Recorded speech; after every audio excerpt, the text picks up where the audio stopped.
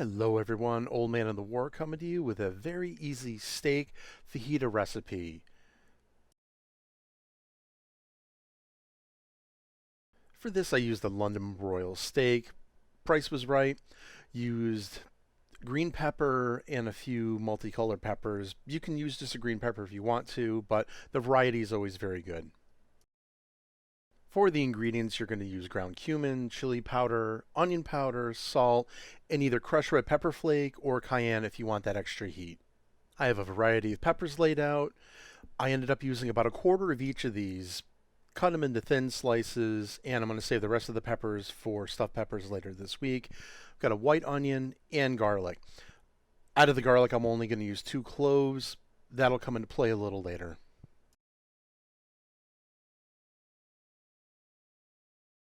And with the magic film editing, boom! Vegetables are cut, sliced up in the bowl, ready to go. You're going to get a cast iron skillet on medium-high heat with a couple of tablespoons of olive oil, and then we're going to get those mixed in. Into the pan they go after it's heated up for a couple of moments or minutes.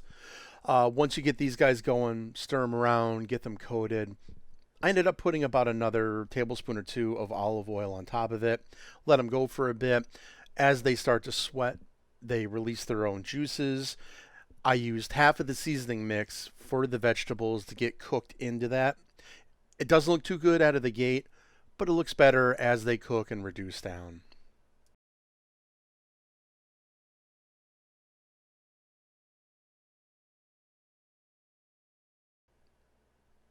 And to show about those juices, you can see those juices coming out of the vegetables as they cook down. This is exactly what we want to have going on. Here comes our London broil steak. I spent a lot of time cutting the excess fat off of there. In a few moments, you're going to see the thumbs up, and it's all cut up. Thin slice, ready to go. You can cut it up even smaller, but I'm doing hearty fajitas here, which is really the point of what this recipe is about.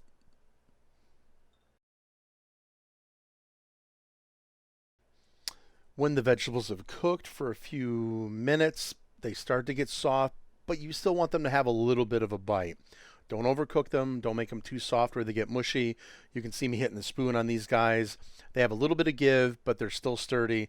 This is where we want to get them out of the pan and into a bowl and set them right aside for a little while.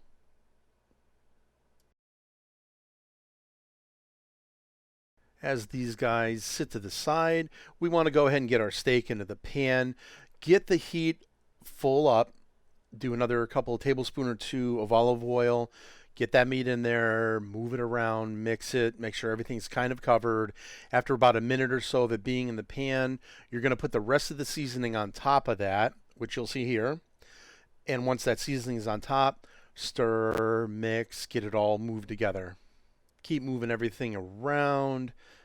Make sure everything is evenly coated and it's set on the bottom of the pan, and just let it cook away for a little while. With the tapping, you'll see that you want to make sure there's a little bit of red as you cook, because you don't want to blast these guys and ruin them. You want to still have some juices and everything else for when you put the vegetables back in. As this cooks down for about a minute or so, you're going to take that garlic, get it cut as thin as you can, nice slices. Going to add it right into the pan, get it all stirred around, and let it cook for a little bit more. During that time, keep moving it around, make sure it's cooking, flatten out the bigger pieces as best as you can.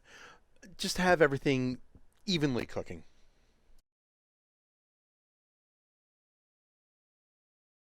Coming back about a minute, minute and a half later, this is cooking beautifully. This is exactly where we want it to be. A lot of good juices, a lot of good flavor. This is where we're going to get the vegetables added right back in. And here we dump the vegetables in. In this case, I'm going to keep them over to the left-hand side, separated from the meat.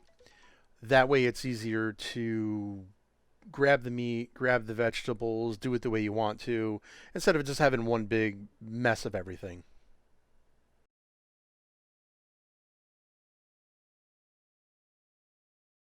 You're really putting the vegetables back in to absorb a little bit of the juice and to just kind of finish off and get heated up. About a minute or two-ish is about where you want it to be. At that point, you want to bring the heat down before all the juices are gone.